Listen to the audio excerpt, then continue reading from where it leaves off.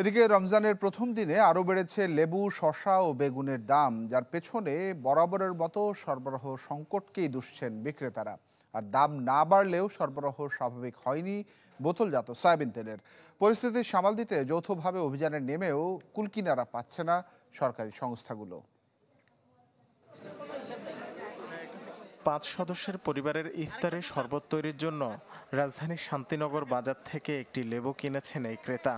এজন্য তাকে গুনতে হয়েছে ৩০ টাকা। একটা লেবু ৩০ টাকা? সন্ধ্যাবেলা ইফতার আগে কি শরবত বানাবো? রোজার শুরুতেই বাজারে আগুন ছড়াচ্ছে শসা ও বেগুন। ক্রেতারা বলছেন এই সময় বাড়তি মুনাফা করছেন ব্যবসায়ীরা। যদিও তাদের দাবি, হঠাৎ চাহিদা বাড়ায় তৈরি হয়েছে সংকট। এই লেবু, শসা, এই বেগুন, এই 3টা আইটেমের দাম বেশি, আর অন্যান্য মাল সব সস্তা। তার দরকার হলো 10টা, সে 100টা নিয়ে রাখবে কেন? তো সংকট তৈরি হলে তো দাম বাড়বেই।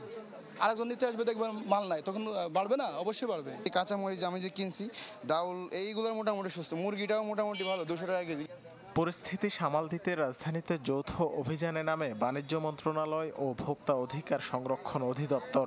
প্রথম দিনে নানা অসঙ্গতি খুঁজে পেলেও জরিমানা না করে বিক্রেতাদের সতর্ক করা হয়। সবজি বাজাররা বলতেছে যে পাইকারি বাজার থেকে ওদেরকে রিসিট দেয় না।